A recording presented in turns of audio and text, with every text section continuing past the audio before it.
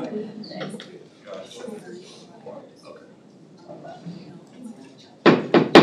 morning, everyone. We'd like to start the meeting for the regular session of the Board of Supervisors for January 6, 2026. Roll call, please, Michelle. Schwartz. Here. Paul. Here. Brandt. Here. Kurtenbach. Here. Leyland. Here. Thank you. Would everyone please join us for a moment of silence before we start the meeting to reflect on our actions today.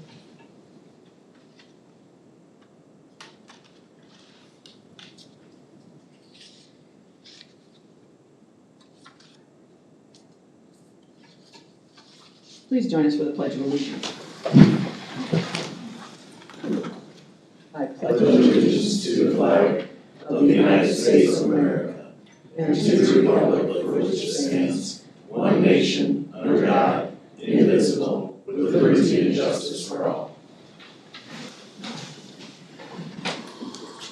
Item 1 is the agenda received as proposed or as amended. So moved. Second. Moved and seconded. All in favor, say aye. Aye.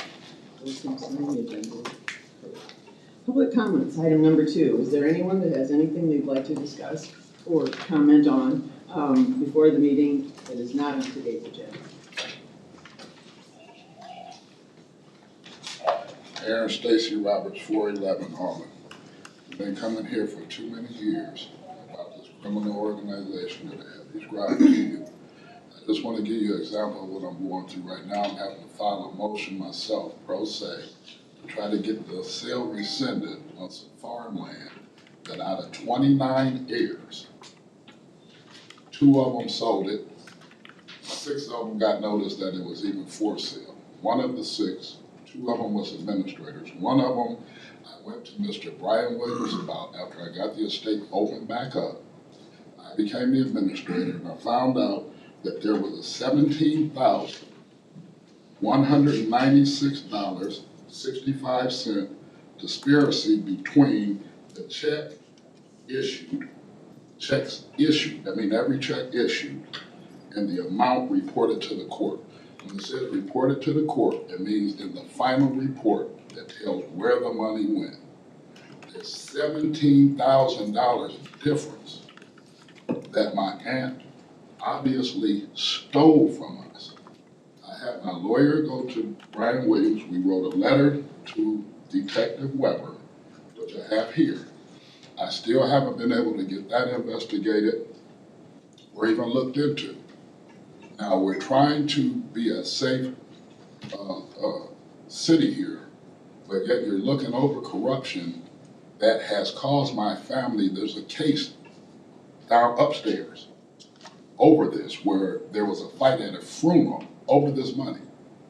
And what's to come next, or what could have happened, is terrible that I'm getting benign neglect from the county and the city. When what you should do is investigate this if you're trying to keep a safe community. I understand that there's a couple of judges involved, Kelly and McCarr, who also did fraudulent on me with the MHO case. I didn't get due process in an MHO case. I'm bringing all this information to you, and it's as if there is no law enforcement.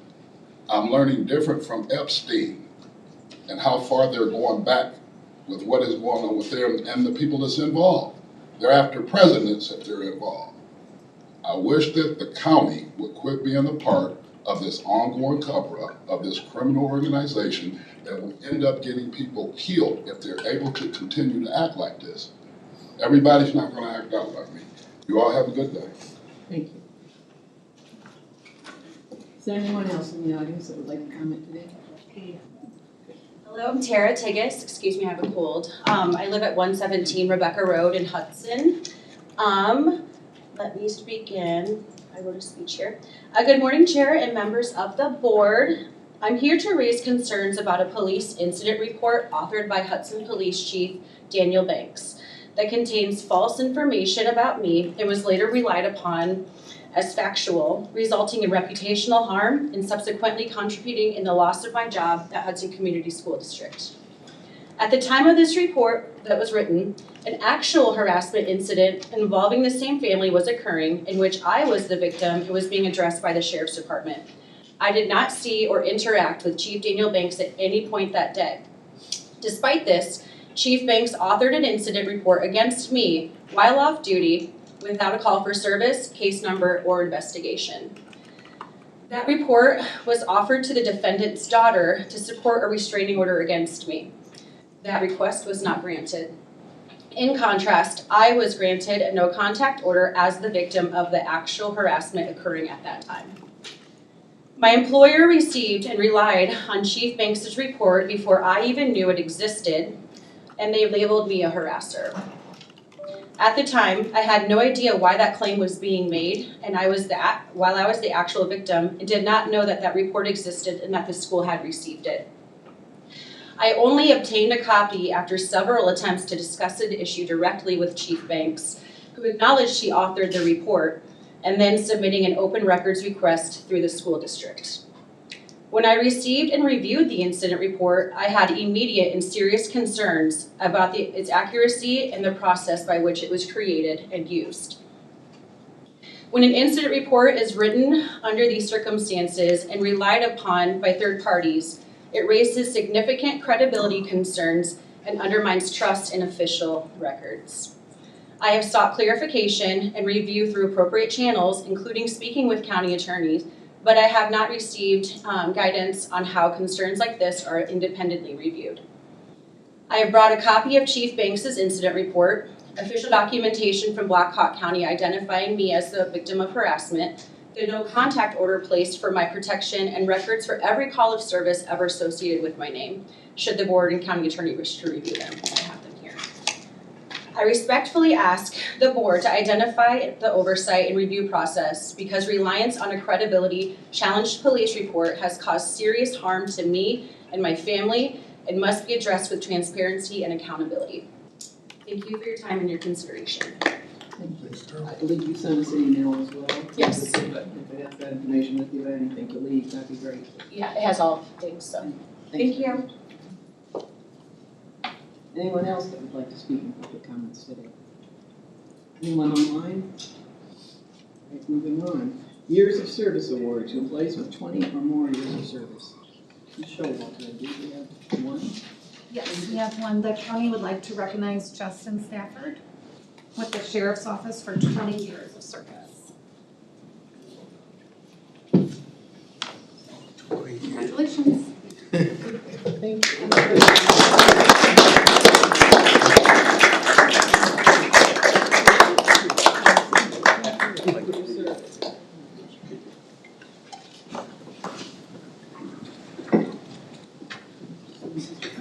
Thanks so much for your service. Moving on to item 4, claims and payments. This is a resolution that the Board of Supervisors approve expenditures and that the county auditor be authorized and directed to issue payments against various supplements to such claims as allowed. So moved. Second. Ms. Wagner, please. Good morning, Board. Our total bill payment today is $1,111,597.11. Of that, the 60/40 fund is $2,900.68. And we're making a few larger payments today that I'll run through here as soon as I find them. Quite a few ARPA payments. Peters Construction for the server room project, $19,787.31. The Pinecrest HVAC upgrade, this is also the Peters, $300,708.95. And the jail HVAC project, $111,295.35. And we are also making a payment to the city of Cedar Falls for Viking Road paving in the amount of $350,000. I believe that's all the larger payments today. Everything appears to be in order. Any questions for Michelle? This is a resolution. Please answer as your name is called. Hall. Yes. Brandt. Yes. Kurttenbach. Yes. Schwartz. Yes. Leyland. Yes. Moving on to item 5, receive project updates from department heads and elected officials. Good morning, Board. Kathy Nicholas, County Engineer. The paved roads are in good condition. The gravel roads will probably be getting pretty sloppy later in the week just due to the warmer temperatures if we don't have any freezing temperatures at night. Our crews are out brush cutting in several areas around the county this week, and then they are also cleaning the shops and and then cleaning the vehicles, preparing for the next event, should we have one. Can I answer any questions? Thank you. Anyone else? Anyone online? We'll move on to the minutes being approved for the regular meeting on December 30th, 2025, and the organizational meeting January 2nd, 2026. So moved. Second. All in favor, say aye. Aye. Opposed, same sign, minutes are approved. Item 7 is the consent agenda. Following items are acted upon by a single resolution unless someone wishes to remove them for more discussion. So moved. Second. This is a resolution, please answer as your name is called. Grant, Yes. Kurttenbach, Yes. Schwartz, Yes. Paul, Yes. Leyland. Yes. Item number 8, other business. Motion to direct staff to publicize the vacancy on the Conservation Board, including the qualifications required for interested candidates. So moved. Second. And that is going to be the vacancy that's coming up in March, that someone is, Josh Balk will be reading us.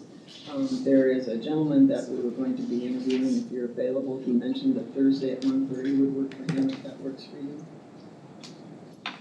Yeah, Would that? yeah, because we've got our economic development meeting right after that, so.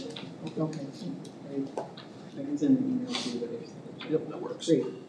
This is a motion, all in favor say aye. Aye. Opposed, same sign, motion carries. Item B, resolution that the updated list of financial institutions reflecting a name change be approved as the 2026 depositories of Blackhawk County funds in conformance with an applicable provisions of 12B and 12C of the Code of Iowa in amounts not to exceed the maximum approved for each respective financial institution as submitted. So moved. Second. Been moved and seconded. Quick question on that. Okay. This is the third time we've had a resolution naming our depositories. I know the one was a name change and then this, is this normal to have this many changes like this? I've been doing them, I'm decided to do them every January. That way we have it, that we meet the requirements of the code. And so, in this case, we're taking off Margate Bank, because we don't use that one. So we just happen to have a change this time. So I would like to come to the board every January, just so we know we've met it, even if there aren't any changes, just to say that this is what we plan on, the banks that we plan on using for 2020, that year. Thank you. Yeah, you're welcome. Thank you Any for other explaining questions? too, because I think that clarification helps too, because sometimes there are usually those being taken off. So, thank you. So what I'll do then is I'll send an email out to the other departments that also have bank accounts, probably in May, and ask them, so if we have any changes then, and they're good about letting me know. So I might come sooner, but I'm planning on for sure doing it in January. Okay, thank you. This is a resolution, please answer your name is called. Kurttenbach, Yes. Paul, Yes. Schwartz, Yes. Grant, Yes. Leyland. Yes. Item C is a resolution that the statement of completion and final acceptance of work for project BRS-C007, parentheses 173-60-07, Dubuque Road culvert replacement be approved and direct the chair to sign for same and authorize and direct the auditor to make final payment in the amount of $15,150.35 with a total project cost of $495,774.71 as recommended by Catherine Nicholas, County Engineer. Project contracted at $505,011.69. Contractor K Construction Inc., Elkader, Iowa. So moved. Second. Motion seconded, Kathy. Yes, good morning again, board. As is customary, when we have a project completion and we need your acceptance of that, I'd like to show you some photos of the before and after so you can see what the money has been spent on. So this was a large culvert that was replaced this past summer. It's located on Dubuque Road between Pilot Grove Road and Canfield Roads. This is a photo of the before condition. You can see that it was a large box culvert. Approximately each chamber was 12 feet wide, 12 feet long, making the entire structure almost 25 feet wide. You can see some significant deterioration there.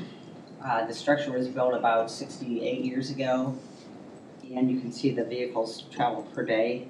In a 2023 inspection report, that's the most recent last time it was inspected, at that time it was showing that it was rated as poor, a 4 out of 10 for the entire structure. So it was time to replace this aging large culvert.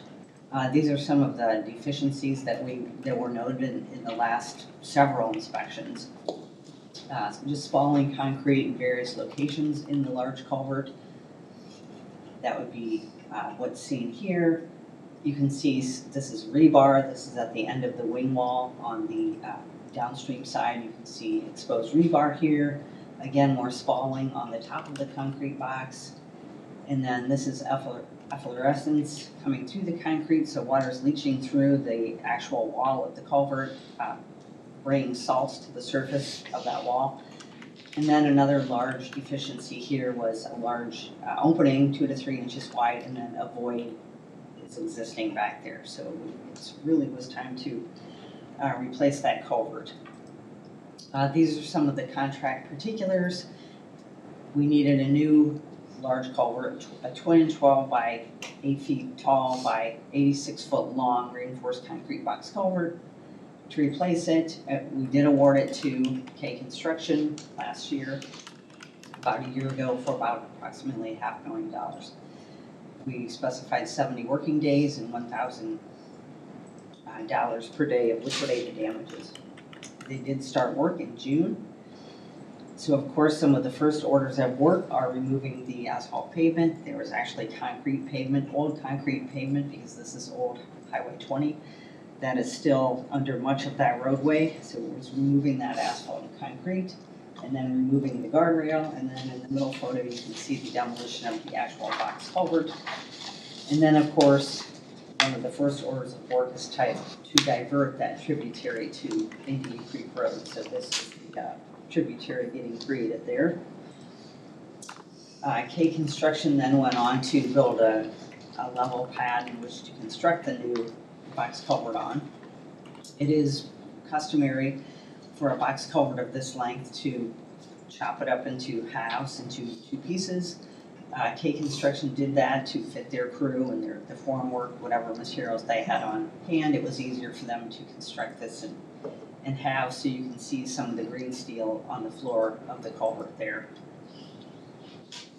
Moving on, K was able to, of course, put in the floor and then the walls, and then the final photo there you can see them working on the concrete on the top of the culvert.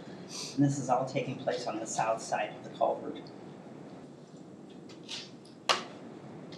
Here's a video that our GIS technician took earlier this summer. You can see that the concrete is being placed, the crane is moving the concrete bucket from the concrete truck over to the top of now they're working on the north half of the culvert here. You can see the workers placing the concrete and then striking it off and moving that forward, or a portion of the photo here.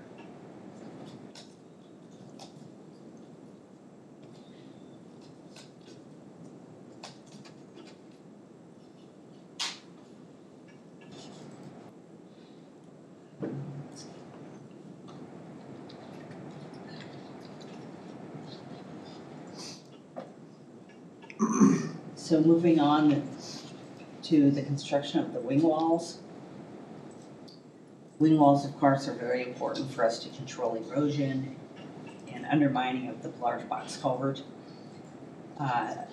Some of the finishing pieces to this would be backfilling around the new concrete box culvert, and then of course placing topsoil, placing some of that final topsoil on top of the structure, and then getting it compacted to specifications. There was riprap, of course, placed on the outlet and the inlet side of the box culvert over the wing walls, and then finally some asphalt paving was placed. And then this is a picture of the completed project. The green tint on all the slopes, that is our hydro seeding that was placed by our roadside biologist. And this is the completed photo of the structure. These are some of the pertinent details relating to the completion of the project. K Construction did finish on time. We did not assess any liquidated damages. They finished within 2% of the contract cost, just $9,000 over the contract cost, the original contract cost. It was built in substantial conformance to the specifications. We are expecting a 75-year life with this new culvert in place. I would recommend that you approve this and we be allowed to release the retainage to K Construction and close out the project. Can I answer any questions? Thanks, Kathy, the presentation. That's great. Yeah. The size of the culvert, that's one of the larger ones we got. This is a resolution, please answer as your name is called. Schwartz, Yes. Kurttenbach, Yes. Paul, Yes. Grant, Yes. Leland. Yes. Item D, resolution that the Title VI agreement between Blackhawk County and the Iowa Department of Transportation naming Catherine Nicholas, the county engineer, as the designated Title VI coordinator be approved and direct the chair to sign for same. So moved. Second. You can second it, Kathy.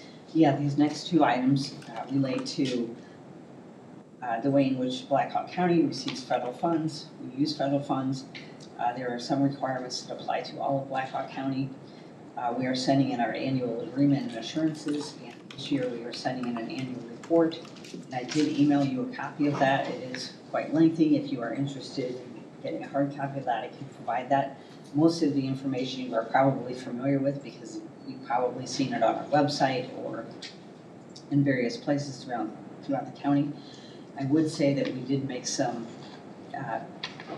we are making good efforts in our being in compliance with the Americans with Disabilities Act. We are increasing the facilities that in the courthouse and Pinecrest and the Veterans Affairs, all county facilities, we are increasing the accessibility for individuals who need those services, such as handicap restrooms and lowering the counters in places throughout the courthouse. I'm reporting on that as well as our contracts that show we are incorporating the Title VI assurances in our contracts. Appreciate that. That's actually the first document I've seen that's actually incorporated some of that information in for us. That's great. Any questions for Kathy? This is a resolution, please answer as your name is called. Grant, Yes. Yes. Kurttenbach, Yes. Paul, Yes. Leland. Yes. Item E, resolution that the Title VI assurance between Blackhawk County and the Iowa Department of Transportation stating that Blackhawk County will comply with the following regulatory authorities. Title VI of the Civil Rights Act of 1964, 49 CFR Part 21, and 28 CFR Part 21 in order to receive federal financial assistance from the United States Department of Transportation be approved and direct the chair to sign for same as recommended by Catherine Nicholas, County Engineer. So moved. Second. This is just another piece of that requirement that we are submitting to the Iowa DOT on an annual basis to continue to receive federal funding for transportation projects. This is a resolution, please answer your name. Kurttenbach, Yes. Paul, Yes. Schwartz, Yes. Grant, Yes. Leland. Yes. Item F, motion to approve supervisors Rich Kurtenbach, and we will discuss, I guess, who else to be included in this, to attend the ISU Extension Critical Governance Virtual Training Sessions in 2026 at a cost of $250 per person. So moved. Second, is there anybody else interested? I don't think I'm able to. I think it looks like a good training, but. And I didn't know if we wanted to open that up. I was gonna say, I know you both, at least the two of you responded in email. And you mentioned you couldn't attend the first class, and I don't know if you were thinking of the number you'd be attending as well. I can't talk much today, but That's tough, man. Okay, all right. I would like to attend all five. Okay, well, I know I had some discussion with Michelle, and she looked at the format, I think, or the form that actually you sign in, and I said, if nothing else, I'd like to see us maybe do the application, or do another one, reservation or registration, I guess, for it. And it said if people couldn't attend, like if I did one for myself and I was unable to attend, it was not really considered probably shared, but that someone else could go in your place. And so I thought too, that would be, Yeah, that if there I'd be were able to do sessions, some, so something maybe like that. reserve 3 spots is what you're saying then? Yeah, Okay. if that works. Yeah, Maybe yeah. something like that. Do you have questions on clarification or what your Well, thoughts so are? do you want 3 registrations? And the 250 is, there's 2 sessions in the month of October, and so that $50 covers one of those. If you think you'll only attend the first 4, then it's only $200, but I know October, it's hard to see into the October Yeah. schedule now. That's a long timeline for scheduling. I would just reserve 3 full ones. Do we need to redo that motion then? That's what I was wondering, that's what I was, when I was, made the motion in the first place, I wasn't exactly sure how it should be. We'll go for the We need months to and amend We should, that first one. I would like an amendment, and if you wanna attach a name, because I need to file registrations for 3 people, so. so let's do it that way for Rich and Justin and myself, and then, like I said, and as those get closer, because I thought, between January and October, that's quite a listing of days to commit to. And so the cost, you believe then for $250 for each of the 3 of us, does that sound like That's the doable next then? question, if we think we'll attend that many. So I'm not able to attend the one in January, but I don't know if they're gonna charge the full, because there's 2 of them in October. Well, So I don't know if they just charge a 200 then. No, when you, For- when, that article that was in the magazine doesn't really go into all the details, but when you go on to register, it's only the 2 in October, that one of those is required for the 4. So I think you'll still have to pay 200, even if you're only doing 3 of the required 4 and 1 extra in October. That's the way I interpret it 250. anyway. So do them all 3 at 250. Yeah. Not to exceed, how about that, in case we find out something differently, because I know you've had some That's fine. conversations with them too. Yeah, I'm been trying. Does that help you, Karen, for minutes? Yeah, do you want to just amend that? Yeah. So, amend my motion to allow for 3 full slots, not to exceed $250 Sorry. Let's make each. it, let's just make the amount the 750, I think, if that's Yeah, what we're gonna do. thank you. So this is a motion, all in favor, say aye. Aye.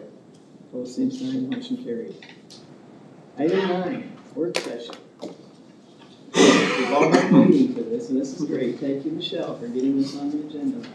Discussion and considerations of all aspects of the fiscal year 27 Blackhawk County budget. And you're gonna begin with the property valuations? Yep, I'm gonna have a short one about property values first, and I'm ready.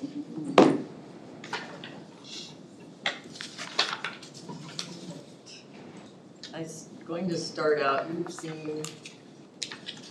seen this slide, whoops, already. I just put it in here so you'd have it for easy reference. This is where we're starting from FY '26.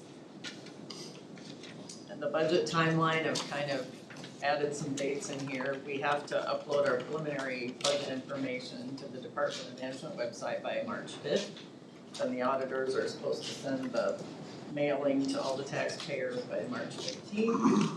We can't hold our first property tax hearing until after that, so probably not before around March 20th. Last year, we had it April 1st. It just depends on what topics we have, how quickly we'll get that done. Because that has to be published between 10 and 20 days before we can hold the hearing. Then, after we've approved the first hearing, we have the second and final hearing for budget adoption. We can't set that. We need another 10 to 20 day waiting period in there, and you need another week also to get it into the papers. So, long process, must be certified by April 30th. And you can't really get very far ahead of that because we can't do much until after March 20th. Just reviewing our law changes and limiting growth in taxes. Our countywide value growth this year is 1.5%. So we will not have a restriction this year that we had in '26. So our general basic levy rate will go back to the 350.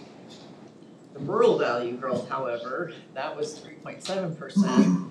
So that levy is going to be restricted down to $3.67 from our '26 rate of $3.70.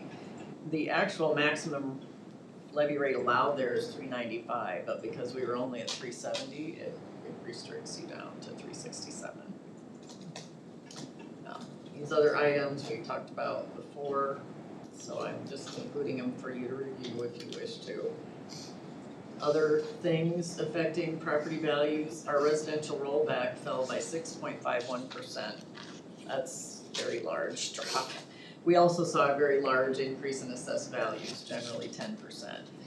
So people have to look at their individual properties, but we're gonna drop down to 44.5% of your residential property assessed value being taxable, so less than half.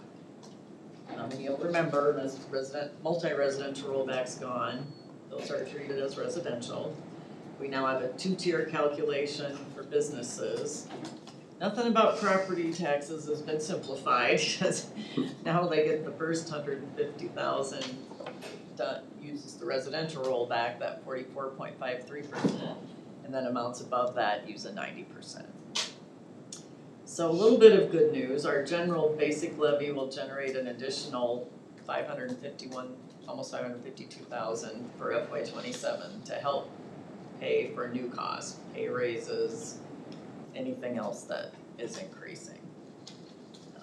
And even with the restriction in the levy on the rural funds, that level of growth will provide 104,000 of additional funding for the rural basic levy. Our total taxable valuation grew about 96.7 million for the year, and that's where we're generating that other 500,000. And our rural increased about 38 million to just going over $1 billion for the first time. And this is showing the 1.5%, you can see the history and how much that jumps around. I guess really this is your countywide value.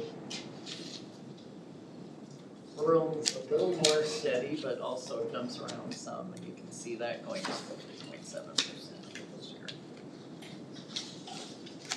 I left the slide in showing our levy rates, and in case you want to look at that trend. We've been fortunate to be able to have fairly flat rates for the last few years.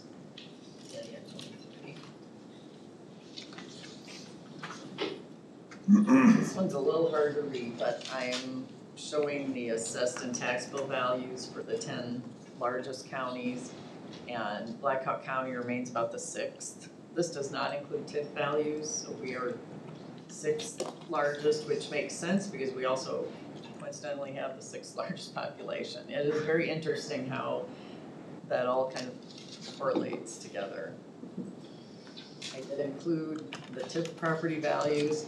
We had large changes in FY26. FY27s were staying pretty similar to where we were.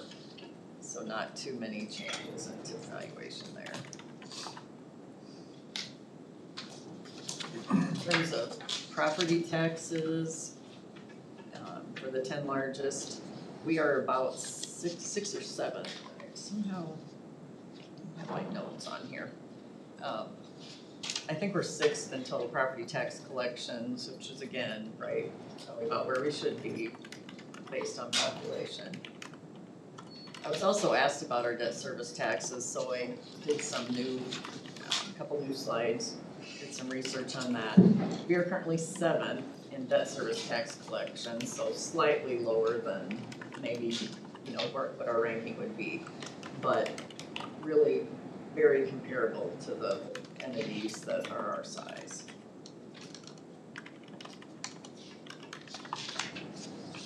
And this is the debt service levy rate, so you can see how our rates compare. And our rate is actually 6th, but we don't have quite the property value, which pushed us down to 7th in collection. That's really all I have to share about property values today, but it's an important one to know how much that 350 will generate and how those cover additional costs.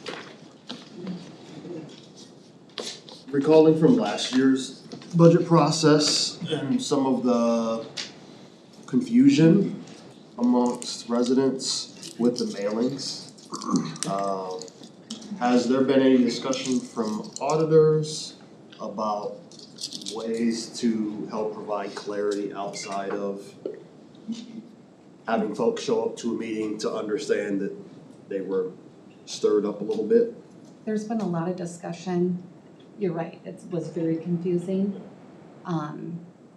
Just really frustrating because it's very confusing and we're spending thousands of dollars to mail it out. You'll hear this when I do our budget presentation, but that cost is going up again because of print and postage. There has been some conversation around it, but nothing concrete yet. We do have another ISAC conference in March. I don't see anything changing for obviously this mailer, but we continue to talk about it. I'm hopeful it'll be a part of the conversation when they start talking about property tax reform again this session. In that piece of mail, we are required. And we can't change it. We're required to state what we state. We're Are required we essentially as limited? a template. Are we limited, because it comes in an envelope, correct? Yes, right now, yeah. So are we limited of what goes into the envelope? Do you I mean, understand can we that- add something? I don't think we're prevented from adding something. Okay. I don't know if that would increase the cost, that's just something It we would might. have to talk to the vendor, but let me talk to some other auditors and see if any other counties have thoughts about how to communicate that differently. I Yeah. can do that and then get back to you. It would be helpful given a little more of the Paul Harvey side of the story. It's also interesting, I mean, we'll see what happens, right, but that was also after evaluation year, and so I'm just, I don't know if we'll have the interest this year as we did last year, but yeah, I think it's worth exploring because it's very confusing. Yeah. And we can't tweak that letter. Yeah. But I think we can probably add, I don't see why we couldn't. Yeah. And I know the supervisors have all discussed that too, or kind of it's been a concern, as we all know, about presenting the information at all, and how we present it, and how it's presented, and the issues that it creates, but yeah, I'd actually be surprised if the state would want us to include something or let us. Want us to is one thing. Allow us to. Well, that'll be it. To have another in the same, but yeah, but we are required to do that in mailing as well, so, yeah. Doesn't mean we don't continue to lobby for it, for sure. We did have quite a bit of discussion on that subject at the district court supervisors meeting in Dubuque. It is everywhere, I think it's just unfortunate, because it's been since the day it started. Mhm. It's been confusing to the reader. Yeah, and it's gonna go up almost another $15,000.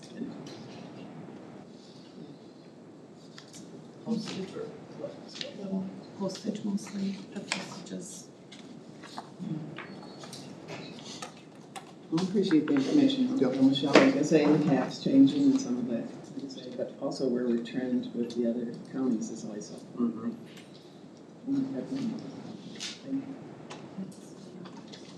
Have a little more funding available than we did last year. That was the glimmer of good news, we'll take Yes, it. it was. Be nice for different things then. So, how do we want to move on forward, or do we just want the department heads and elected officials to step up, or are you doing some kind of an introduction of their presentations that follow, or? Oh, okay, I just want to Sandy check. has offered to be First? first presenter today. Didn't realize that, but that's fine. No, she offered. Check Happy New Year. Surprise, surprise. Thank you. I thought Colleen was first, but that's fine. Well, she was going to be first, but she's ill today. She Oh, no, probably has that's the too same bad. thing that. Al, can you? Yeah, is that, okay, I didn't realize you were.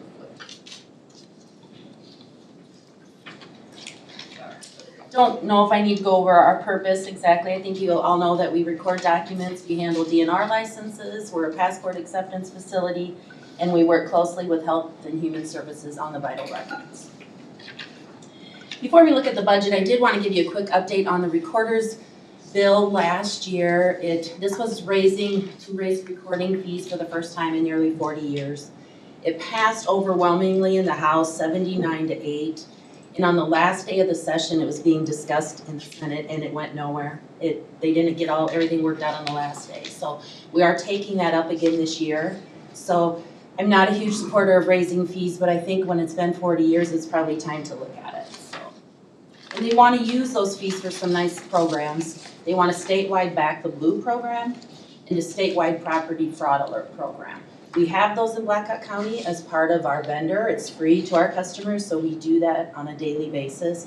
But they would like to create a statewide system for that, so there are some good What was products. the glitch that you know of, as far as what stopped it? Not all the recorders were on board. It's the fee structure. They would like us to possibly, there are a few large counties that would like to handle their own e-recordings, which I would support as well. We have a vendor that would allow for that in our county.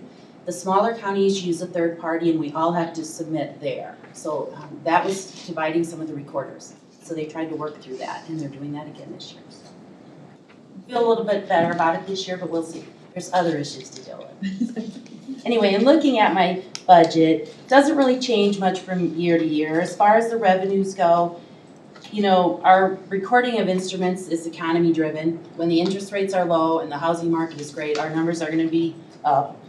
We haven't hit the numbers of post-COVID yet, but we're trying. So as I look at the revenues, let's see, it's pretty much the same basically. One thing I will point out is revenue code 54170, the electronic image fee. That revenue is solely because we got that new vendor.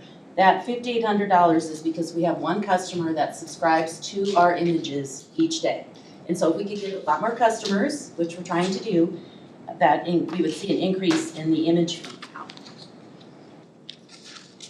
For expenses, I did up, of course, our training and education to allow for the leadership training for one person.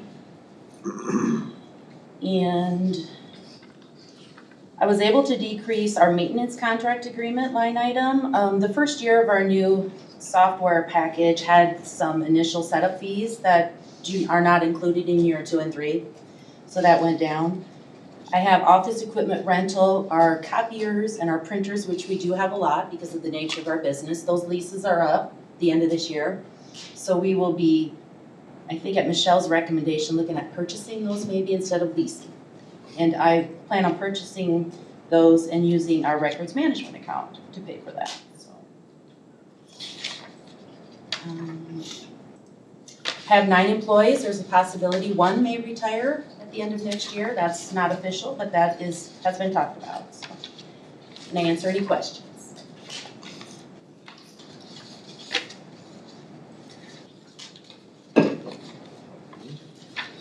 Reflecting pretty significant reduction in property tax. So we budgeted last year for a net cost of $118,000. Now we're returning a small amount, $3,000 or so. Okay. Thank you. I'm sorry, I didn't catch that. Yeah, I was gonna say. Michelle.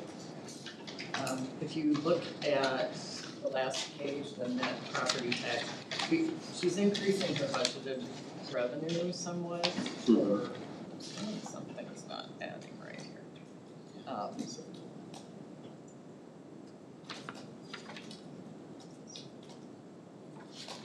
Actually, another thing I will point out is the FY26 actuals through November 30th. That for our office, the way we do our balancing, that's actually only through October. We do not have the fees for November in this line item yet too, so that would just be 1/3.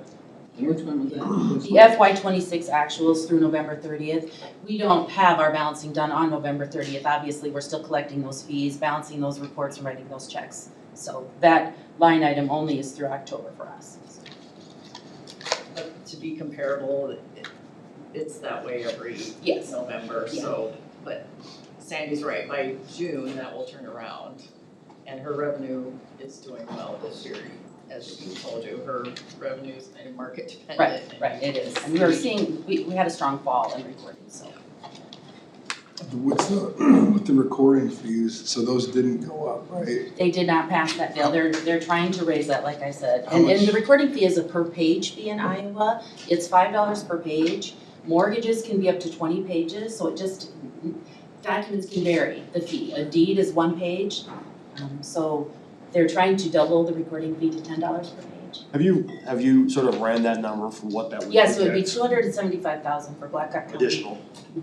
Just in that one line item of recording fees. If we recorded as many documents in the future as we do now, it would be $275,000 more a year. So I'll reach out to the legislators like I did last year and work on them, and they were all supportive of it, so hopefully it gets through this year. Thank you. And then what you were asking, so her 26 budget required some property taxes, 13,000.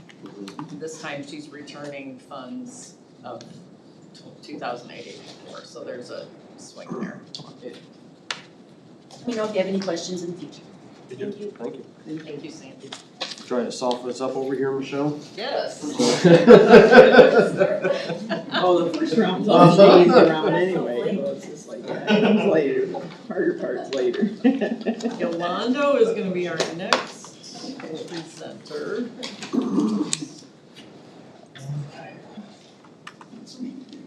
Good morning, Board. Yolanda Lovelace, Veteran Services. And first, I'd just like to thank my staff for another successful year. They do a lot of behind the scenes, and I just want to give them credit where credit is due. Also for Michelle for keeping me in line. So I really do thank the County Finance Director for the great things that she do in supporting us veterans. Just real quick, you see our purpose statement. The one thing that I like to highlight is our client numbers are kind of dwindling down, and some of that has to do with the state put 2 VSOs in the clinic. So veterans are now coming right out of their primary care physician's appointments and then interacting with those veteran service officers that are sitting right there in the clinic.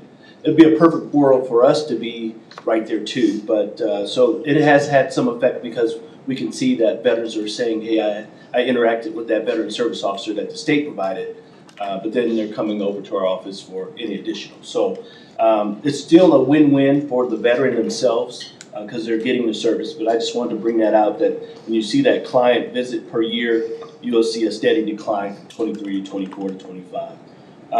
The other thing, again, the purpose statement is, assisting veterans and their dependents and needs to which they are entitled to, and that key word is needs. And you can see that we also added our values, collaboration and service. But if I could just take 2 minutes out, because our budget is real easy. It was approved by our commission in December, and it's just a couple line items. But the needs portion of it, and this is where my staff really picks on the part of our values. And I've just got a couple of cards over the holidays from surviving spouses, and I just want to share a few if you don't mind. All right, one just says, I just wanted to thank you for helping get our VA benefits that Terry and I received and are now receiving. As you know, I'm all caught up and all to date with survivors benefits. What a blessing. I appreciate all your help that could have done, we couldn't have done it without you. If I have any more questions, I know where to find the help. And then another one said, we had 53 years together as a surviving spouse. Thanks be to God. Thank you so much for the gift card. It's been hard, especially during the holidays. I appreciate that you are thinking of me.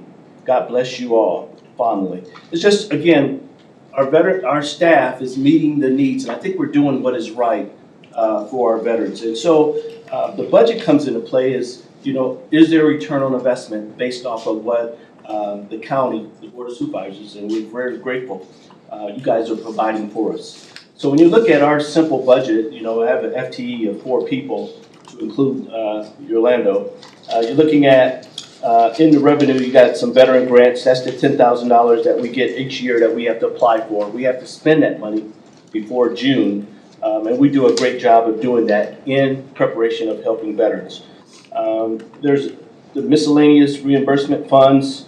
There were some reimbursements that you could see. And I think a lot of that was dealing with our national training. We go out and went to national training, then the state reimburses us for paying for that. Down in salaries and revenues, totals, down in expenses. One thing I wanted to point out was with the health insurance, the disability, and the life insurance, we're actually saving the county about $24K because me being a veteran and having already a retirement coming in and also being compensated due to injury, I don't use the medical, the health disability, or the life insurance. So that saves the county about $24K in costs. The other three employees are using that services, but when you look at our line item, it'll be zeroed out under the director. So I think that's a good thing. And then moving down into operating expenses, everything looks to be the same as last year. The commission thought that we shouldn't make any sudden changes based off of what we don't know what's going to happen this year. But we are leery of, this is taxpayers' money, right? So it goes back to our core values. Are we being financially responsible? And hopefully we are showing that and displaying that each and every time I come before the board. And with the transparency piece in that standpoint. But if we go down into our operating expenses, if there's any questions associated with any of our operating expenses, in particular, I think one of them, the 0594 line item with the audio and visual supplies, a lot of that also is dealing with some notary that Michelle and Stacy do every other year. They get a notary and they have to pay for the notary. In 0808, which is food and stamps, that's where we're taking that donated funds and then returning it back to the veterans, whether we're doing it with gift cards, whether we're doing it with gift baskets to the nursing homes. In particular, just recently, we've given $6,200 back to veterans through $100 gift cards for 62 veterans. We gave back $1,700 to surviving spouses through gift cards. And we spent about $3,000 of that with the 125 holiday nursing home gift bags. So we are giving back what is being donated to us. It's just that we can't spend it fast enough because we took in over $5,000 in donations for the month of December. So as soon as we spend it, we get it back in when it comes to revenue, unfortunately. But if there's any questions associated there. And one last thing that I wanted to bring up was with the salaries and was that I just recently looked at, and it's not for me, but it may be for my replacement.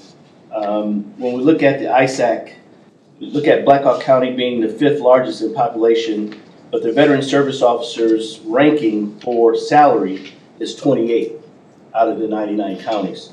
So though we have the 5th largest, the director is paid at the 28th ranking. And so there's a lot of smaller rural counties being paid at a higher rate. So that's just something to keep in mind, probably not for me, but for my replacement. But I will continue to brag about, we're at 3.9 million. And this year we're probably going to push 4 million in general federal dollars coming back to veterans. Again, we don't get acknowledged for the veterans that we help outside the county. So that's where it's a little convoluted because you don't get that credit that goes to the county that you're helping. But to know that we're still growing and that number keeps going up every month. So again, that's where I take the onus on the staff, their professionalism in dealing with veterans, and the success rate we have when filing claims for veterans. Just standing by to address any questions or concerns. Yolanda, with the compensation schedule, and maybe Amanda would know this, comparing with other counties for your entire staff, where's that at? Is that on the ISAC? It's on ISAC, like for instance, there's a couple, and it really it's later on, like Plymouth County, they're 24th in ranking, but they're 25th in salary. Or Potawatomi County, they're 10th in ranking, they're 10th in population, but they're 9th in salary. Muscatine, another small, they're 14th in the number for the population, but they're 11th in salary. So it's just things like that that may come out later on. We can relate to that as well. because there's others like Polk is number one in population, number one in salary. Lynn is number two in population, number two in salary. Just wanted to bring that out. I would like you to stop using that word replacement. It's done it last year. Yeah. But again, another successful year. You know, I take my hat off to the Board of Supervisors for the support. This is my 6th year. Who knows? Linda could tell you, I don't know if I would have made it the first year based off of what was happening at that particular time. But the support I've gotten from each and every one of you, to include all of my department heads here, I'm just overjoyed. Again, I'm going to continue to say I'm in the best role, in the best job in the county. I'm going to brag about that. So all those other guys, they can stab me in the back later. But we're glad. I think I have the best job. It was difficult, we know, so thank you for doing it. Michelle, I did have a quick question on that food and stamps line. That FY '26, they're already through 16,000 and budgeting 13,000. Should that maybe adjust, or is that sort of? We can, they typically, some line items, depending on what activity's going on, there's some line items we spend more than the original budget in a year, but there's generally others that are less. As we get towards year end, if, you know, our legal requirement for budget amendments, if it looks like their entire budget is going over budget, then we will do an amendment.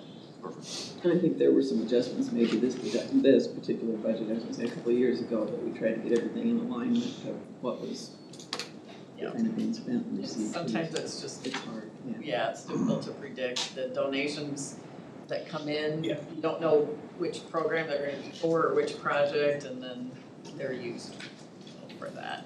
And they were trying to use some of those donated funds. I think that's why that food line is up. They've increased the veterans they're supporting with the gift cards, so. Yeah, much of the projects they do, they are able to do with donated funds, which is fabulous, so. And you don't see that separated out the way we present your budgets. The expenses are all combined, whether they're the county supported expenses or the donated supported expenses. Appreciate the great job you do. Say again, I'm sorry. Appreciate the great job you do. Oh, thank you. Thank you. Congratulations. Thank you, Yolando. Right, the next one is be kind of short and sweet. This is our mental health patient advocate. And I'm just giving a brief reminder that the board we are required to have that position and fund that position, although it is reimbursed 100%.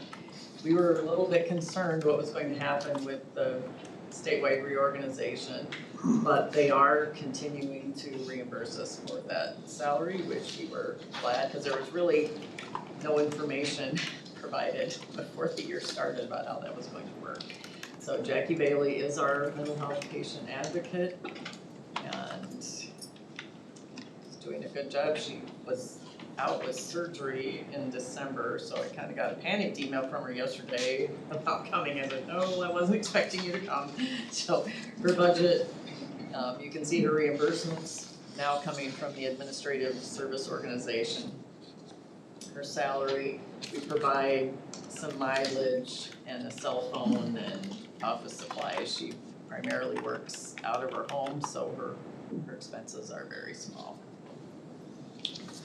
Would that be something, Michelle, just because it's a mandated position and we really have no say, we have to have it, would it be helpful maybe sometime during budget or whatever, if it works for her to tell us a little bit more about what she does?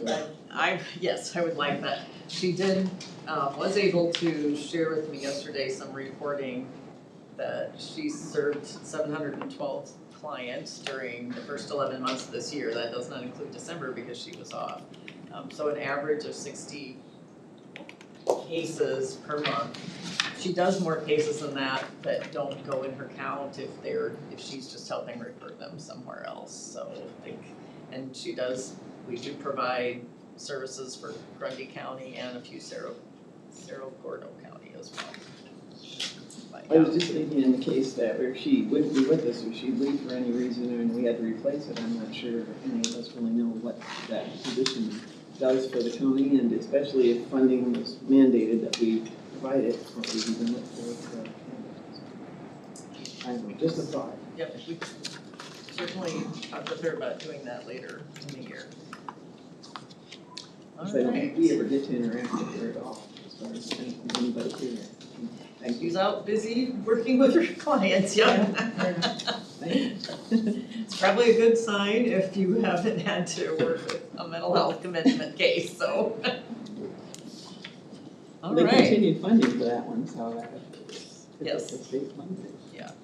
our next presentation is gonna be by Caitlin, our health department. Good morning, board. Morning. This is your screen, right? Yep. Could you put that in presenter mode for me real quick? Yes, I had not done that yet, absolutely.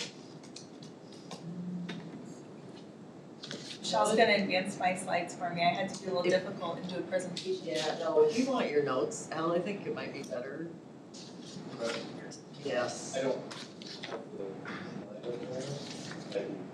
I have my notes. If you could Okay. just make this So just slide forward. okay. Yep. Yep. Perfect, thank you. Okay, board, I'm happy to present our budget proposal for the fiscal year of 2027. This was presented and adopted by the Blackhawk County Board of Health on December 10th at our budget workshop meeting and regular meeting. The approach is to kind of be as fiscally responsible as possible. We do have a few new items that I'll highlight in the presentation. In lieu of a purpose statement, you have our purpose statement with the board packet, but they're included in the slides as well. So I think I covered this at our end of year update, but we do have an updated mission and values to align with the county's values. And then in terms of our financial metrics, we continue to see increases. In our direct medical and oral health visits, pretty significant increase from FY23, or change from FY23 to 24, and we're kind of ticking back up to where we were in FY23 for medical and oral health visits. Environmental health inspections haven't changed significantly. Our communicable disease case reports have not changed significantly, but we have seen an increase in our non-direct client care services. So those include for my reference here, just a second. Care for yourself, I would get screened, first 5, Medicaid informing, presumptive eligibility, and pick a better snack programs is what that non-direct client care services includes. So we have seen an increase in those metrics for FY26. Okay, so moving forward into the budget presentation. So I do want to stop and just point out that Todd Parsons is here. Todd is our fiscal coordinator. This is Todd's very first full budget year. He started in December of last year, right? Actually, today's my. Oh, today's your anniversary? What a good anniversary present. Yeah. So January of last year. January of last year. January of last year. So Todd did the bulk of the budget presentation. This is my fourth. I just had my 4-year anniversary here at the county. This is my third budget that I've been involved with. The first and second round were pretty heavily involved. It was kind of a jump into the deep end, sink or swim situation. But this year, Todd has really had the opportunity to do the bulk of the work, and I just get to be here and talk about it. So that's been a great addition to our department. Okay. So looking at revenue, our overall increase in total revenue is at 13.57%. A few changes that I'll highlight that are linked to that revenue. We do have a few grants that are ending or have changed. I've talked about these a couple of times with the board. The Pick Better Snack, the SNAP education ending was replaced with solid waste funding this fiscal year. We've added the $277,000 in Thrive funding which we are still in the early stages of that, but that's a 3-year project, so we'll anticipate that revenue for the next 3 years. Our child care nurse consultant, that's the CCNC, child care nurse consultant, those funds have been consolidated in our child health grant, and we actually saw an increase in revenue. Those are state early childhood Iowa funds that they've now incorporated into our child health grant. And we were anticipating our DIS and partner services funding, which supports sexually transmitted infection activities. We were expecting that to end. And we've actually been notified by the state of Iowa HHS that that funding is going to continue to come to us. So those are the major changes in revenue increasing. FRCARP, which is a opioid overdose prevention project to train first responders. That was largely pass-through dollars that came through our 6-year response grant for preparedness. With the behavioral health realignment, that has been reorganized with our full support. For those funds will go directly to those recipients rather than us being a pass-through agency for those funds. So the revenue is down, but the operational expenses linked to them is also down because we were largely just passing through all of those funds. We've also had some small changes in fee income, sales of redone kits, and Todd has done some cleanup with subcontract pass-throughs to external partners. But I guess the big headline is most of the grant funding does still remain flat. There's been the small increases that I mentioned here with new grants being added, or the increases with the DIS and partner services or the CCNC funding. But other than that, we project flat funding for revenue for the most part for grants.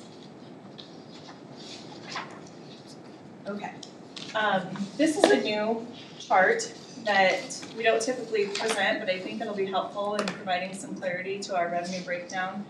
So particularly in this last year, there's been a lot of interest in where our revenue comes from, including federal revenue. So this chart kind of reflects the proportion of our revenue and the source that it comes from. So the biggest chunk of our revenue is federal funding at $1.3 million, 45% of our revenue that comes in, followed by state fees and licenses, and then other reimbursements from Medicaid or private funding. The government funding is the solid waste contract for $75,000. And the private funding, as far as the sources for that, typically? Private foundation funds. Just foundations, Private okay. well rate. Oh, private, well, okay. Private well rate, private.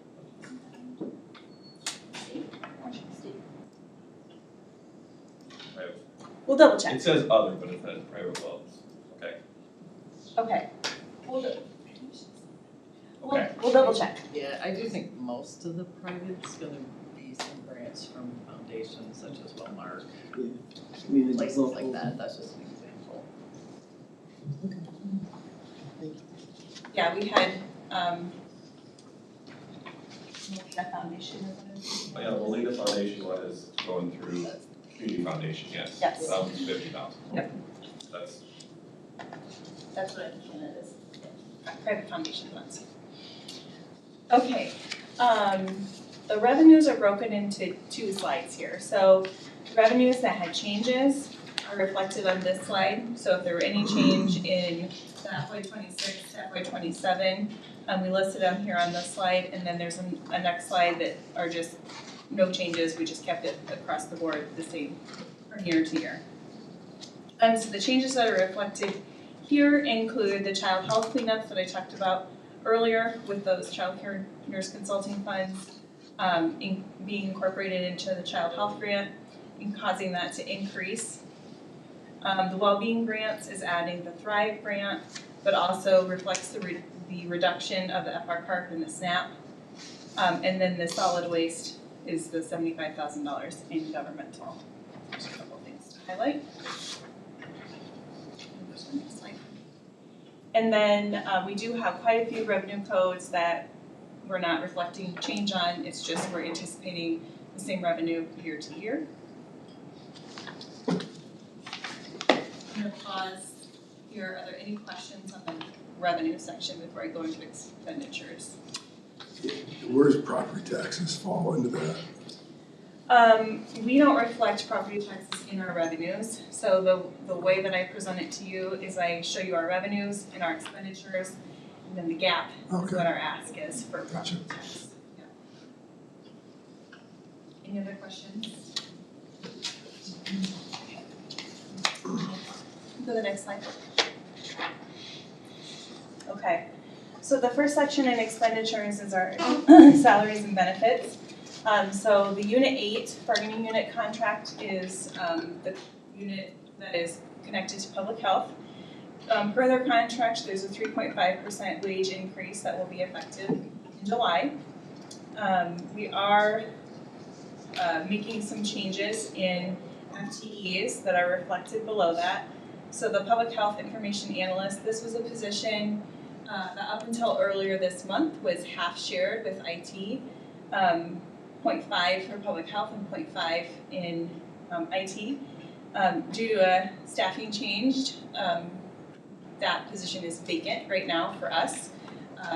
Al got Toki full-time. So we are, I am asking that increases back up to 1.0 FTE just because the work definitely dictates it.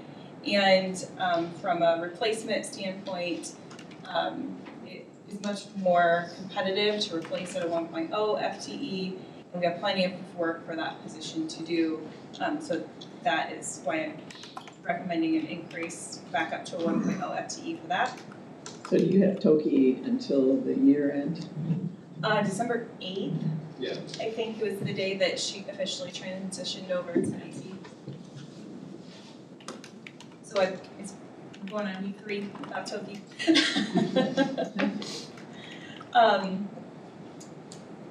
Other FTEs that are reflected in the FY27 budget are the 3 FTEs that are connected to the Thrive program. This is the $277,000 through Restore Hope and the $45,000 through ECI funds for the state of Iowa. I've talked about that recently. We did have a retirement of a licensed practical nurse this last spring, and we reworked that position to create a community social worker position. So the licensed practical nurse was primarily working in our disease surveillance program area under the tuberculosis program. And what we've seen as a department is that really what the TB program and the rest of the department need is a social worker to help individuals that are our clients navigate social determinants of health and other things that are barriers to accessing care or staying in care. So if you're a tuberculosis patient, a lot of times there are other barriers that are in play, whether that be transportation or housing or employment or things like that, that people just need a little bit of assistance with to continue to navigate their care. And so this community social worker is helping our disease surveillance program, but also all the programs across the department. So that position actually has already gone to our Board of Health. They've approved it and it's been filled. But that's the change that you'll see in the FTE table that was included as an attachment.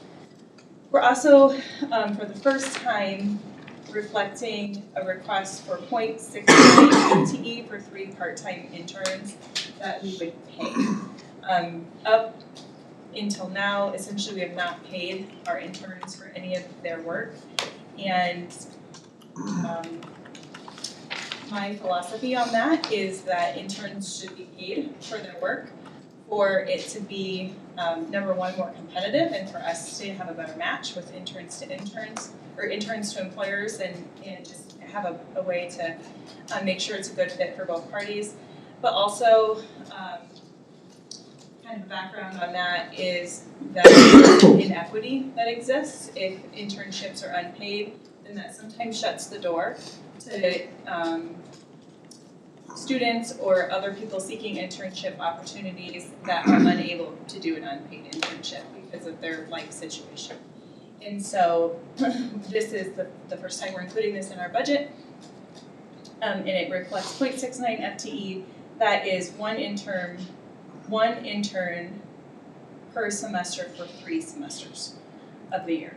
And that works out to about $4,500 per intern position. And then just kind of a reminder in terms of the cost structure of our expenditures, our salary and benefit line item accounts for a little over 90% of our department expenses. So of our overall budget, we don't have a lot of wiggle room in our expenses just because such a great percentage of our budget is in salaries and benefits, and the wage increases and things are set. Any questions on that? 5 positions, are those funded with grant dollars or no? Those are 100% funded with grant dollars, and actually we worked it where for the 3-year grant, in year 3, the revenue coming in will support those positions. So even with the cost of living increases into year 2 and into year 3, the funds will cover those positions. Great. So from a salary and benefit expenditure perspective, the increase from FY26 to FY27 for a salary and benefit alone is $596,859. Any other questions on salaries and benefits? This FTE table and the FTE table that you received in the packet reflects what I just talked about with the increases in FTEs and changing the LPN from our disease surveillance to community health, and then the 0.69 in administration for interns. Is there any way you can provide us with, of that salary and wages line? Mm-hmm. How much of that is funded by grants? It doesn't have to be today. We could provide that. Yeah, there's ways to do it, I mean, it's, there's grant in there, so it's. Yeah, we could provide an estimate. We write estimates of it. Yeah, just something so that when we're having conversations with the public, right, that we can be a little bit more informed as to whether we're paying that full dollar amount out of property taxes, or if there are other sources of the dollars. Yeah, I think the other thing besides grants would also be our Medicaid reimbursements, fees, other revenues, because like, for example, our dental team is, our Medicaid revenue covers dental team salaries, for example. Fees that we receive for environmental health services cover environmental health officer salary and benefits. So it would be in addition to just grants. Yeah, I think that, yeah. Yeah. I'd probably, guessing, I'd say probably the most helpful would be, what is the county tax salaries? Mm-hmm. What's that portion come out to? It's probably, well, the net property tax for their department is about 4.2 million out of total expenses of 7, so. But as we're looking, I think it's just that clarification when you're looking at adding about 5 individuals, and that's what the public and people are hearing and seeing and not knowing how we're paying for that, or how those are being paid for, is a pretty important part. So, just for us, information. Yeah, and I would say as a general rule, what we bill to our grants and what we use other revenue, non-grant revenue for primarily goes to our frontline staff, managers, supervisors, myself, our other administrative staff. We receive indirect through grants, at our indirect rate, or another rate if the indirect rate is not allowed under the contract or something like that. We use indirect to fund us, so it wouldn't be easy to reflect that, but we can show it. That's kind of the grade that that's the grade it comes in quickly. It is, but it's I the mean- explanations of how they. For some positions, it's very easy, like the Thrive, it's 100 to 100. Yep. We can do that, but then there are the ones that we're trying to build as much time as we can where applicable, and then it just. I think if nothing You more, could it's say something. 40% of their budget is supported by non-property tax sources, that we can.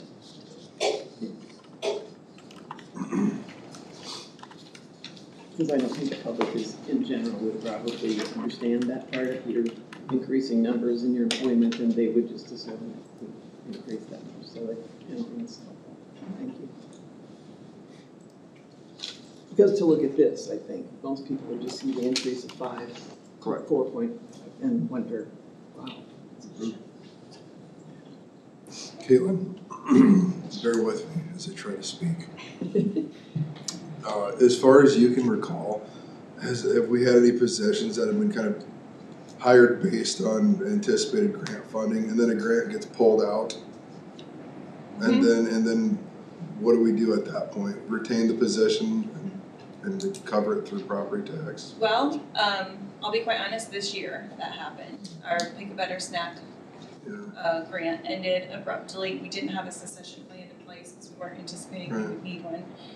And had we not gotten the revenue of $75,000 for the solid waste spending, that would have resulted in staff reduction. While I've been here, my 4 years and a month that I've been here, we haven't had a grant end that we didn't plan for. So for example, the DIS funds that I mentioned that we were anticipating to be reduced, in our last year budget presentation, we had budgeted, we knew about a retirement that was going to happen, and we did not fill that vacancy after that person retired because we were anticipating those grant funds to reduce. And so that's how we've handled it in the past, is we have known that the project period or the contract period is going to end, and then we have either not filled a position or something, rearranged staff on the projects they were working on or things like that. But while I've been here, we haven't had funding that has ended, that we haven't known that was ending, that we've been able to plan for, with like not refilling a position, for example, or being able to go seek revenue to replace it. It's always a possibility. I think more than ever it's a possibility, and so that's why one of my goals is to have more braiding of funds, because we are so dependent on those federal funds in terms of the proportion of our revenue. 45% of our revenue. But I haven't seen it yet, and I hope I don't. Between state and federal, what do you think is more at risk of, I guess, it? Federal. Okay. She didn't have to think about that. Didn't have to think about it.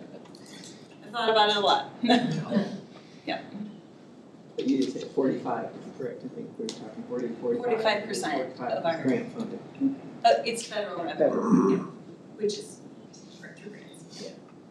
But our state revenue is also through grants. So not all of our grant revenue is federal. It's a mix of state and federal and private. Yeah. Okay, move on to the next slide for me. Okay, moving on to operating expenses. Talking a lot about revenue, so revenue changes again in revenue changes that impact operating expenses. Again, the FR CART grant, I mentioned most of that was passed through, so you're seeing a reflection of $44,000 in revenue loss and a reduction of about $42,337 related to that. The Thrive grant adds a net of $15,000 in operating revenue above and beyond the salary that is budgeted. So we're seeing a net revenue change of 28,900 in operating expenses. And then, like I mentioned, the operational reduction, largely due to the upper CARP, was 42,337. We're adding interns for an addition, so the net budget impact is 28,687. So we are projecting a reduction in our total operating expenses of 6.54%. Another thing that Todd has been working pretty hard on is cost savings linked to our cell phone contracts, our printing contracts, kind of some of the other operational expenses that we have some control over. And there's a note in here about SAFER. So SAFER is our food safety database. This year, we anticipate some administrative changes happening at the Iowa Department of Inspections, Appeals, and Licensing, where some of our revenue is going to be withheld from Dial because of the food safety database that they're implementing. And so it'll be a fee-based system. So every food safety officer or person that has an account in that database, there's a fee that we will pay to use that system. And so we are anticipating a little bit of a revenue reduction due to the implementation of that database. And so Todd's been working on some cost-saving measures to kind of balance out our operational expenses related to that revenue reduction to try and get some other of our costs down. Okay. And then going by account, our training and education line item, there are some changes in that. With the Thrive grant, there is a required training that is outlined in the contract that is about $10,000 for us to send the 3 individuals to. So that is reflected in the increase in our training and education budget. We also made some changes for educational training opportunities through NEHA, which is the National Environmental Health Association. So previously, we would write grants from NEHA, though that was not in our budget, but it's consistent enough that we're including it in our budget this year. So they're training grants. So they're usually around $5,000 to $10,000 or so, where it wasn't in our budget before because it wasn't revenue that we had already secured, but they're pretty stable. So we incorporated that in our training and education line item this time. It's not necessarily a change, it's just a change in the budget presentation, because before the revenue would come in and the expenses would happen, but they just weren't part of our budget proposal. And the same with NACHO, which is the National Association of County and City Health Officials. In terms of dues, moved some items from subscriptions and software into dues. That includes our accreditation fee and our local health department Academy of Science membership, which is how we get our data analytics software and do our community health improvement assessment and planning. In terms of office and med supplies, we do have some operational increases for Thrive in there, but also reduced and reallocated some of our medical supply costs based on usage. We weren't using 100% of what we had budgeted for our medical supply costs, so we made an adjustment down there. And then that last bullet point, office equipment rental, maintenance agreements, and postage. We have, like Sandy was mentioning, when our leases are up for our copiers, instead of renewing lease, we've been purchasing outright for capital equipment, and so that's reflected in our budget as well. Is there an idea how much savings there is in that? Have a performance measure of about $10,000 that we're tracking for the printing to try and show that we're saving that. We're on track through the first quarter, about It was about 2,300 of first quarter, we hoped it to be 2,500, we about 23 of it was realized in the first quarter. Of course, that depends upon, because they charge based upon your quantity and stuff, so it depends on our usage and volumes. So it's not a direct curve to it, if that makes sense, but it's tracking where I expect it to be. Okay, moving on with operational expense changes. Vehicle parts and labor, we centralized that, we moved that from our environmental health area to our administration area. A few years ago, most of our cars are in environmental health in terms of assigned out. And they actually right now have our newer vehicles, so they need less maintenance, and we need more in our administration area where we pay out of for our fleet for the vehicles that need maintenance. So there's some changes there, moving some things around there. In terms of software, we are phasing out a few underutilized tools or tools that we don't need anymore. One, Sprout is a social media. We're moving to the same system that Gabby uses for social media, which is no cost to us, which is fabulous. SPSS is a statistical analysis software. We're using R, which is a free statistical analysis software, so we're reducing our costs there. And then Scribe, which helps with like policy and procedure writing and things like that.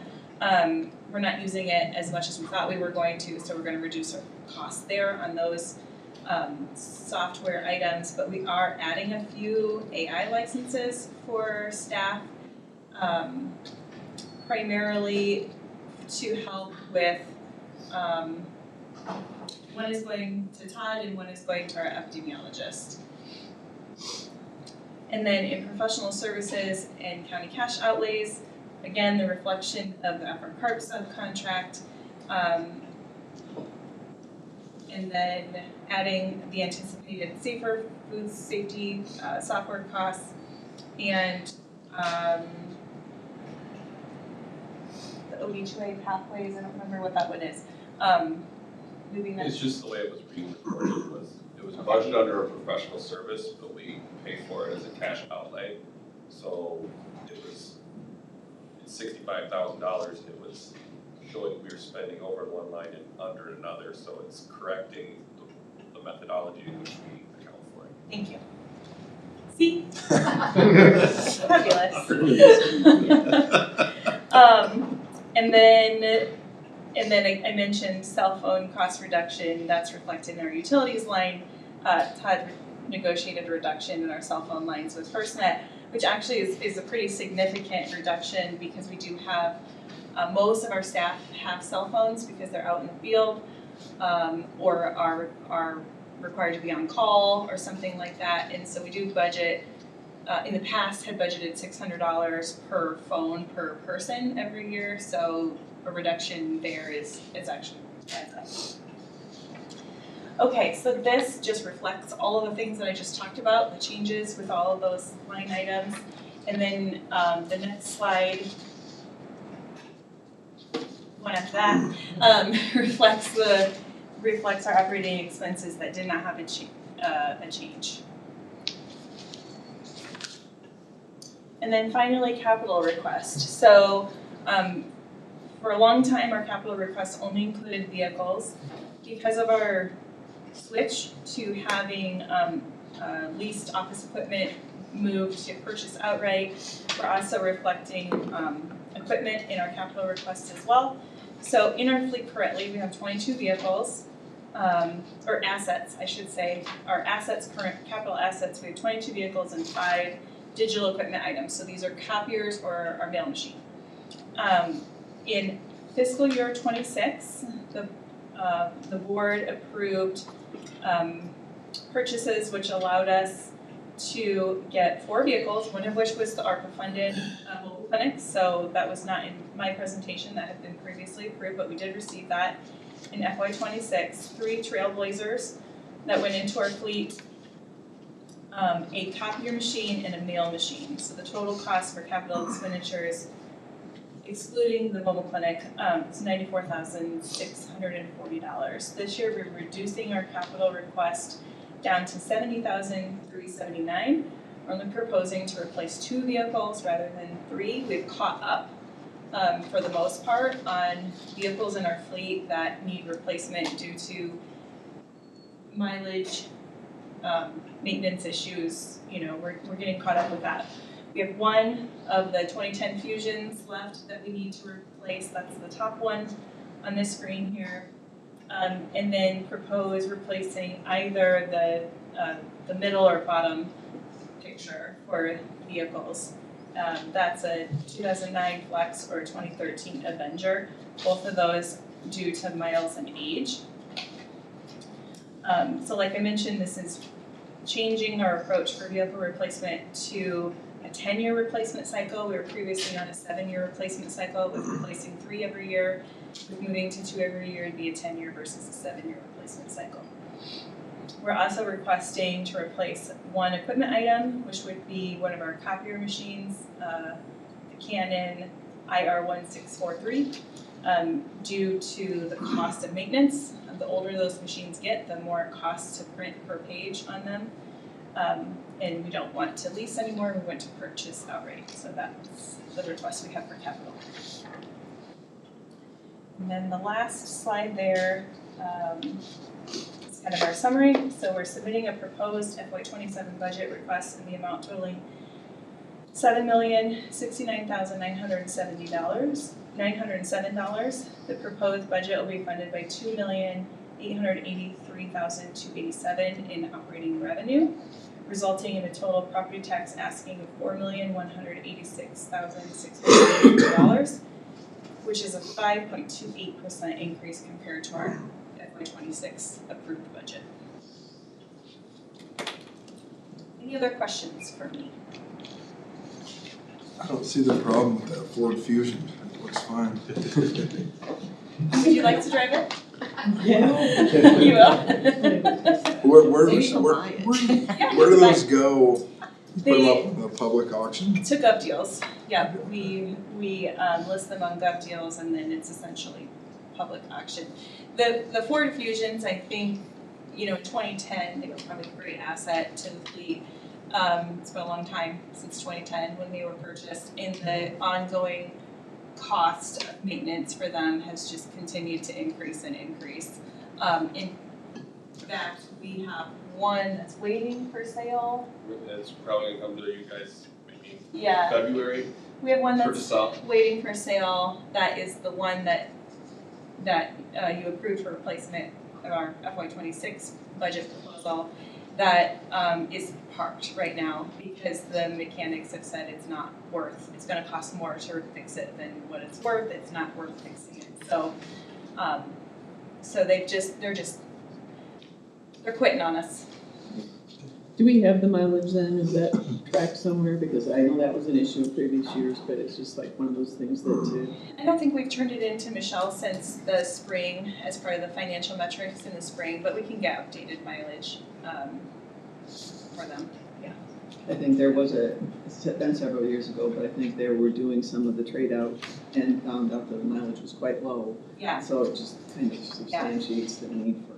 And that's one of the reasons that we're moving to a 10-year replacement cycle is because we've been able to get all of the vehicles that were in high need of replacement. We've been able to get those replaced, and so we're at a place right now where we don't have many vehicles left that have over 100,000 miles and a lot of maintenance costs and things like that. So we're catching up in terms of needs. So we are seeing fewer vehicles in our fleet with the high mileage, high maintenance costs, which is, from an operational standpoint, great when you don't have somebody that's in the middle of something and then their car breaks down and they have to take it to the shop. And it makes things operate a lot more smoothly. Does that throw you off a lot when you have incidents like the one employee got very close to the tree coming down in the car, that car being replaced? Is that Well, changing? that wasn't our employee. Oh, okay. That was the HHS card. Okay. Yeah, well, it was county social services. Oh, Okay. Oh, okay. I So- thought it was ours. Yeah, so that was a county social services car and a county social services employee, which was a really bad, that was just a really bad time for them, because that was around the same time that the behavioral health redesign was happening and all of that. So, luckily, that was not our car, but Okay. it could have been. We parked right there too. I was gonna say, I thought it was. Yeah. I think it would be nice to have a roster of all of the fleet with the mileage. So I'm just wondering, is it all what brands they are, and if there's common denominators as to why they're not less? I mean, we drive cars pretty hard Yeah, where I work, and those things will still last yeah, 60,000+ miles, and they're running constantly. yeah. There's some advantages and disadvantages to that. Some of our vehicles make a lot of short trips, 5 miles, and that is, I think we're finding out that's hard on vehicles too. It isn't just the miles, it's other things. And sometimes just the maintenance, you start to see those maintenance costs and how much they're costing, and yeah, it's just that the things are not so good, that's true, so it's all helpful, I think. Yeah. You've got one of the toughest budgets, I think, and people understanding and have had, forever. So, the fact that you did it so early in the process and are prepared, that's hats off to you, but just being here 13 years, it's the most thorough health department budget I've seen, presentation and stuff, so thanks for all of that. I'm gonna give Todd credit for it, actually. That- Like I said, It's still an last effort year, for the you. year before, I did the budget. Yeah. I mean, I really did. This year, I was able to prove his head, tell him what I wanted to see, and he did it. So, I'm gonna give Todd that credit. That's still to you and your Yeah. leadership in the department as well, but I just thought it very commendable to have that much information, so thank you. Like I said, with so much of the grant fund, I think that's always been a question over the years, is like, what is grant funded, what's not, how much, so it's all helpful. Yeah. And then I should also say, Michelle gets a large proportion of the budget too, because every step along the way, Michelle supports us. I don't know how many times I call you for questions, or Todd calls you for questions. I mean, we wouldn't be able to do it without Michelle's support, so. Well, it's great teamwork, Yes. but I just thought, thank you. Yes. They've done a lot of good work. Todd's really found some good money saving things right now, so. Nice to have you here as well, so how helpful you were just today. Thank you. I think that's all the official things we have for you today. And then, I'm assuming we don't need any kind of scheduling for Thursday's meeting, these will No. just be Tuesdays for a while? Yes, and I'm going to try at least through January to stick to Tuesdays. We'll see if that works. I've got a lot of work to do to get the rest of the departments ready, but So even for our next Tuesday, we really haven't confirmed, like, somebody I have in not because confirmed of because where you're I at. work with the departments and they've got to be ready and able to attend, but there will definitely be something. I'm just not sure who today. Thank you. Any questions for Michelle or others? Okay. Don't want to move on to any information from the board, reports or information from the board? Maybe Tim? I got a notice yesterday that we had the folks from Waterloo Airport here talking about the TSA pre-check enrollment coming up. They did come out with a flyer yesterday. The dates are February 10th through the 13th. It's a Tuesday through Thursday of that week from 9 a.m. through 5 p.m. I was wondering about if we can post one of these around the different departments and buildings in the county. I don't know if we need to make a motion or anything like that, or is it just something everybody? It's just I think you just typically approved one- it. I think it's just one of Okay. those, that's what I said to him yesterday, one supervisor, Yep. that as long as that's fine, yeah. Yeah. And I was gonna say scanning might not be a bad idea, and sending it to everybody, so then we can. I was gonna get it to Gabby so we can get it broadcast out to all employees as well. I highly recommend. Yeah. Any other reports or information from the board? So we were gonna be looking at finalizing some of those, the board lists, the appointments and board lists. And, it's taking me a little longer to get some of the meeting times and that type of thing, so we just kind of wait a week, so that should be next week. Look at it next week. Yeah. We actually had it pretty well completed by the time we were done, so it was just like to see if that's what everybody approves, and then we'll approve it. Okay. Alright, nothing further, motion for adjournment. So moved. Second. All in favor, say aye. Aye. And if the supervisors would stay a minute, Gabby's gonna try to get the picture of all the